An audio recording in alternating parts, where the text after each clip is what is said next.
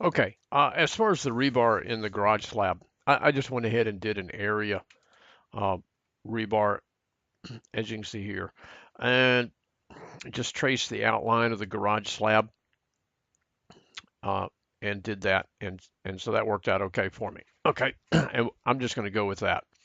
Now I want to. We've got footings in the basement, and there are three different size footings. This one is a 36 by 36, 30 by 30, and then a 24 by 24. So the footings themselves are pretty easy um, to create. Let me get my section view back up. Well,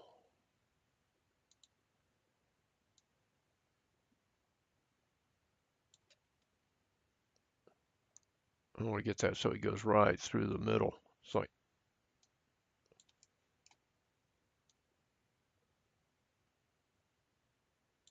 okay. So now when we get to that, you'll be able to see what we're dealing with. So I'm on my top of footing level because when you look at the detail on sheet number 2, the typical beam and column detail, these interior footings are right below the slab. And then when you look at the wall sections, I'm flipping pages here to the wall pages on sheet number 6, the wall sections, it shows the slab sits on top of the continuous footing that goes around. So these are at the same level. So we want to put in another isolated footing. You're going to have to create a new one. And these are 24 by 24. And they're 8 inches thick according to the schedule there on sheet number 2. Yep, 8 inches thick.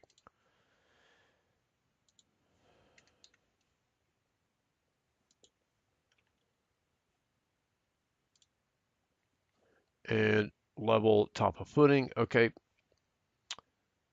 And then I'm going to drop it right there. Okay, and now we want to dimension it.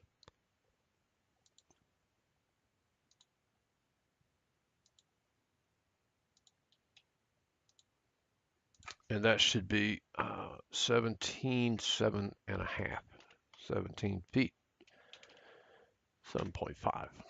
Okay, and then it is aligned. I just say I went ahead and dimensioned that one and it locked it in place. And now I'll do an alignment with this one to drop it in place. Okay, now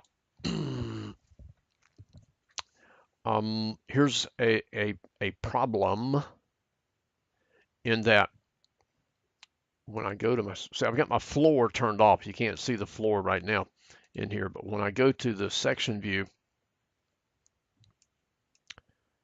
you can see the concrete pad goes through there. Okay, and I've already edited the ones over here, so I want to edit the boundary of that, and we did it on top of footing level. And so now you can see it. And so what we'll do is we'll just put a little 2x2 square there, and then go OK. And then let's go back to our section and see it takes the gravel out of the location of the footing. Okay. All right, and so now we need to put some rebar in it, and let's use number 4 rebar. Okay, and I've kind of just had to play with these things. I've watched a few videos on doing rebar, and it's confusing.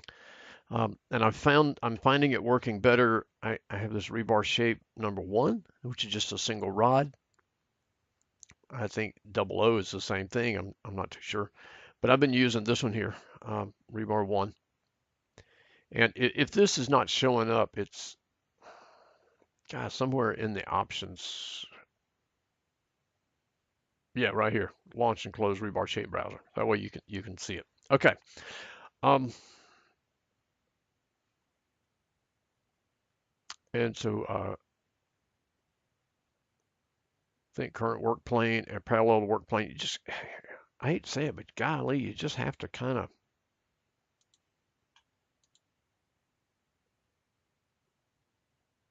play with it. But we do have three of the pieces in here. How come it is not picking anything up here? This is embarrassing. It worked so well a while ago.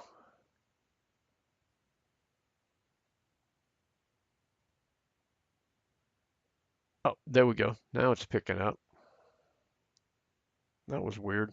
Okay, so I'm gonna go back to my fixed number of 3.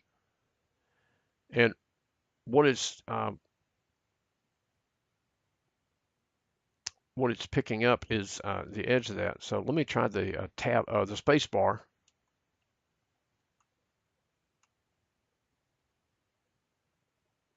It's still not picking those things up. So a lot of times I've had better luck with far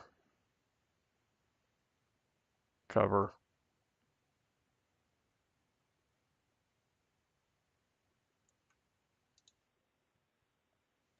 This one, floor plan topic. Huh, that's did I have it? Maybe I have them turned off. Let me look here. Yeah, rebar turned off. Okay. Oh, so it was working anyway. All right, so let me go back through that again and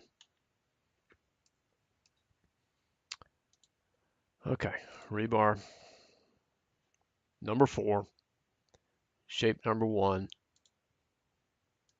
3 bars,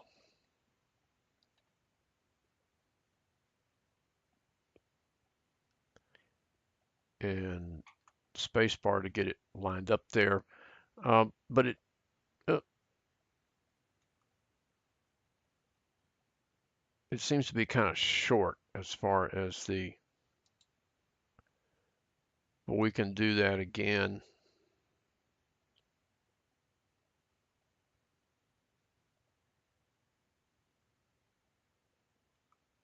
Okay, because there's 3 of them each way. Okay, so I've got them in there, and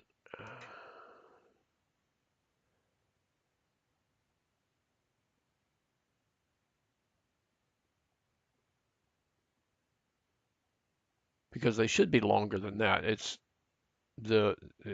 not picking up the total length. They should be, that's 2 feet. Let me see what the other ones did. Yeah, they seem like they should be. We'll just go with that. Okay, so that got the rebar in place. Now I'll go to the section view to show you that. Okay,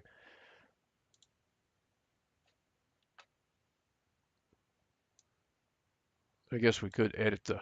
Anyway, um, I'm of the opinion they probably should be bigger than that. But anyway, now we want to add you've got columns that come down, and these are 3-inch pipe columns.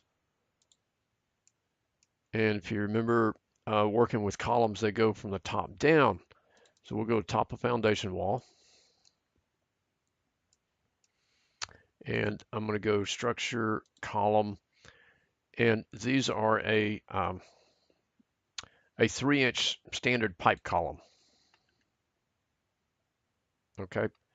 And so I'm kind of gonna, it's kind of in this area right here. So I'm just going to drop one right there.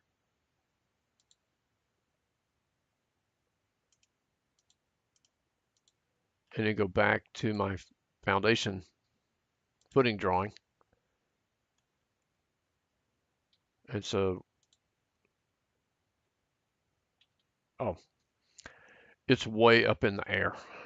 It didn't come down all the way. I remember that from doing it before. Okay. And so we want the base level to be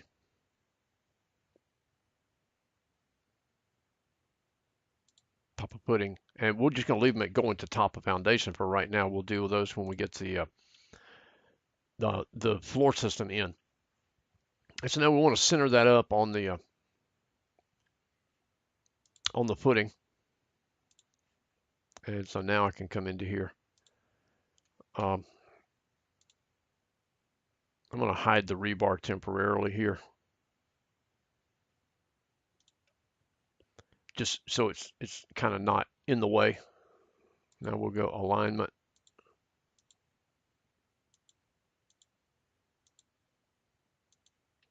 Okay, so that's got that in place. Now we need base plates and anchor bolts for those. Now base plates, I was able to find them. If you go components,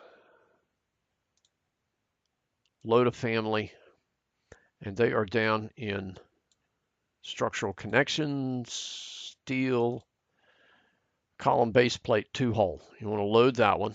I've already got it loaded in here. Column base plate 2-hole, and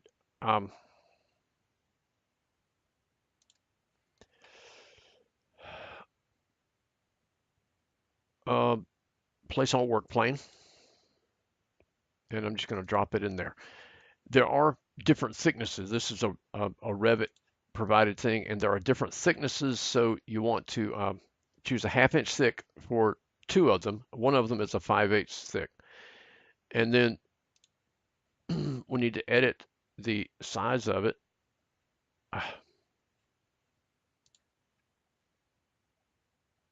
Right here, sorry. It is a 4 inch by 7 inch. Hole diameter is 1/16 inch larger than the bolt, which the bolts are 1/2 inch, so we'll go with a 9/16 inch hole.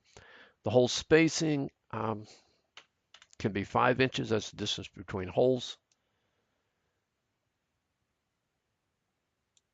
And okay, it applied that already. Okay, and so now we'll do alignment, to get it centered up.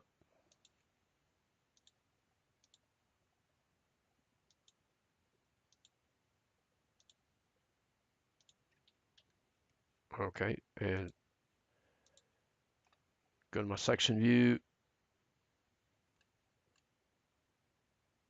Yeah. Okay, so this one's it right here. It is a 1/2 inch. All right. Now we need to redo our column. So we're going to do an offset on this one of a 1/2 inch up. Okay. Uh, the other one over here has a 5/8 inch base plate, so that one you got to do a 5/8. Okay. All right. So then we go back, and for the bolts, top of footing, I downloaded from Revit City a wedge anchor, is what it calls for here. And there in Revit City, it's called a, well, let me just put it in here and see. Expansion anchor is what it was called. So you can go to Revit City and get you one of those. It comes in a 1/2 inch and a 3/8. And I, like with a lot of things I do, I just kind of drop them in place and then do alignments and lock them.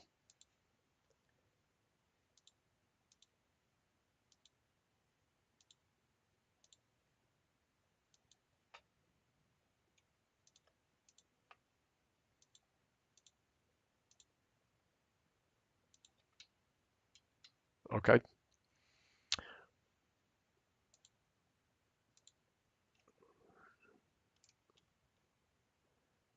And that's what it should look like. Now, the only other thing we got to do is we got to come back and edit the floor to take out the diameter of the pipe out of the floor itself. So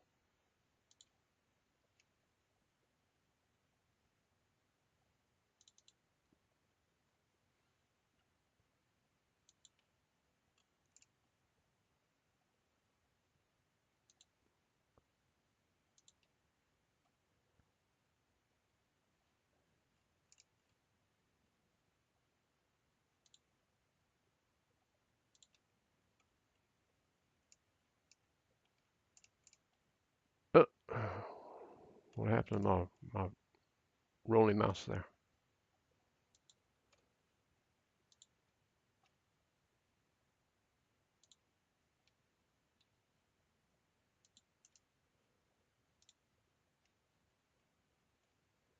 All right, so that looks good right there. Okay, so I don't know if this video is still cranking or not. I'll have to wait and see. That looks good. We got the footings, we got the foundations, gravel, all the slabs, and get your rebar put in, and I think that will do it for that.